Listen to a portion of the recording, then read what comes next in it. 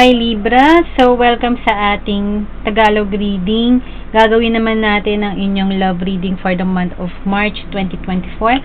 Remember na maaring mag-resonate yung reading na to in the next 3 to 6 months. March, April, May, June, July, August. So kung hindi to mag-resonate sa inyo, that only means ang reading na to ay hindi para sa inyo. So take whatever resonates dahil collective reading to. Alright Libra, kukuha tayo ng 5 baraha dito sa ating tarot, and then ika-clarify natin sila kung kinakailangan para makuha natin yung buong narrative. Collective reading Libra sa buwan ng March 2024. Okay? Okay, unang card Libra, meron tayong 8 of Swords. Second card, meron tayong 8 and 8 of Pentacles. Sa love reading mo Libra, let's see, Page of Cups. Fourth card, Major Arcana, Tower. Okay. Pang-5 baraha Libra, 6 of Cups. Okay. Interesting, no? So, maaari kasing ma-surprise tayo kasi merong magkakaroon ng reconciliation or comeback, no? Itong surprise na to, no? Coming sa isang tao na siya yung nag-cause, no? Kaya nagkaroon ng fallout yung relationship na to. Okay? And shocking to, mabilisan lang. Bigla lang nag-detach. So, parang, it could be you or them. So, feeling mo parang unfair to eh. Kasi yung isa malamang nasa loob pa ng tower, no? Yung isa ang bumitiw. Pero, may missing, may longingness, at may desire na bumalik, no? Reconciliation, or may missing energy, na may miss ka niya or ikaw, no? Kasi maaari ding may soul connection or strong bond na rin na nabuo dito for some reason, no? May mga ganda rin namang memories na nangyari. So, maaaring bumalik tong person na to or hindi. But nakikita ko maaaring bumalik kasi nandyan ang Knight of Pentacles, Page of Cups, and 8 of Swords kung siya to, no? Na parang iniisip ka niya. Malamang kasi nandyan ang 6 of Cups. Hindi maka-let go pa rin doon sa memories or dun sa situation. It could be you or them na still attached sa connection na to, which makes sense kasi merong isang nasa loob pa ng tower, no? Alright, I don't know if it's a good or bad thing. I-clarify natin mamaya Libra. No, kasi maaari kasi magkaroon ng message dito, no? Pertaining dito sa 6 of Cups, nandiyan ang Page of Cups. Hindi siya sobrang big deal na message. Maaring mag-start lang to na mag-steer up yung conversation uli, nag-open up uli yung communication. So, susubok, mag-test ng water yung person mo or ikaw. It could be yun na mag-message din, pwedeng siya rin. Okay? Take whatever resonates. Kasi, sasabihin ko sa'yo, yung commitment kasi na dinedesire mo dito or siya, no, masyadong matagal, masyadong mabagal. It's either hindi ready, pinag-iisipang maigi kung ibibigay ba or hindi. But along the way naman, yung energy na to na slow and steady is something naman na reliable. Kasi pag dumating yan sa'yo, wala nang turning back yan. Okay? Ngayon, clarify natin Libra, no? Yung mga baraha, isa-isa ng ating oracle cards. May iba naman, Tarot. Oracle naman ang pang-clarify natin sa mga to. Okay, Libra. Let's see, no? Ang 8 of Swords, meron kang independence. Nandyan si Lilith na naman. Lumabas.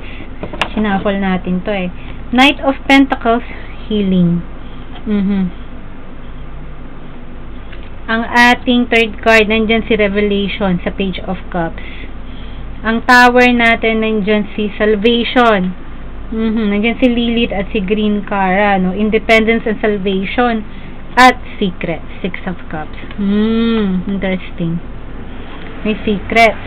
It's either you or them na parang feeling mo parang may something pa na hindi sinasabi yung person mo or ikaw sa kanya. Okay? Maaring tong comeback na to or reconciliation na to, maaring mag-reveal ng mga secrets. Okay?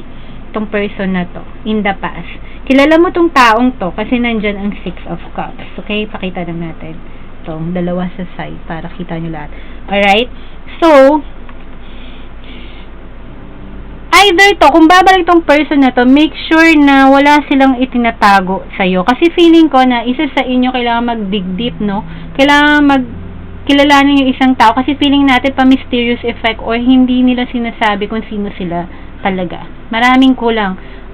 Feeling natin kahit siguro matagal mo nang kakilala, maraming information na importante. Kahit yung mga basic ones, importante yun, like single, yung edad, yung name, no? May sinasabi to, has something to do sa identity or sa kung sino sila as a person, as a whole. Parang hindi natin sila lubusang kilala or may vibe tayo na tinatago sila sa atin or hindi completely nagsasabi lang ng information, masyadong private, ganon, okay?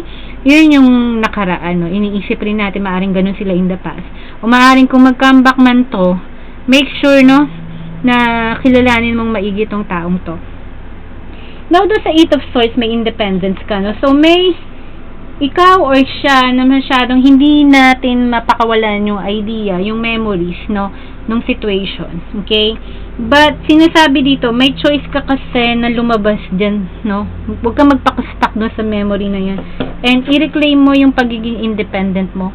Okay, huwag tayong mag-rely sa old memories, no? Huwag tayong magpaka-stress sa mga bagay na tapos na, nangyari na, sa mga situation na ayaw nating i-let go at mga tao na ayaw pa rin natin. Parang trap tayo sa memories, no, sa nangyari. So, sinasabi dito, independence ang priority mo, okay? Get out, okay? Mag-walk out ka kung kinakailangan, Libra. Yan ang sinasabi na 8 of Swords at independence card dito. Ngayon, may mabagal na energy dito, no? Inaantay natin tong commitment na to na hindi maibigay-bigay. Okay, kaya yun ang pakiramdam natin, may energy dito na parang niloloko-loko lang tayo nito. Or may tinatago, may lihim tong past person na to. Kung bumalik man to, pakiramdam ko maaaring bumalik sila on and off, but still parang hindi enough, no? Yung binibigay sa atin, yung energy, kaya nga may secrets, hindi enough. Feeling mo may tinatago. So, yung commitment na yan na parang na-disappoint tayo na hindi ibinibigay sa atin, no? I-heal natin muna yan, yung part ng commitment na yan, yung expectations. I-heal natin kasi parang at one point inaasahan natin na maaaring dumating pero hindi talaga dumadating. Yun yung part siguro na disappoint tayo. Knight of Pentacles, na disappoint tayo dyan sa taong yan. Taurus, Virgo, Capricorn. Kailangan tayo mag-heal dyan sa Knight of Pentacles na yan. Maaaring pinaasa tayo, pwedeng ganon. Maaaring din namang hindi, talagang matagal lang. Or non-committal si person. Could be you or them. Yung message na to, sinasabi ko sa'yo, may revelation dyan na mangyayari. So, mag-a-appear to na something parang, hi, hello, play it cool lang, casual chat lang, no?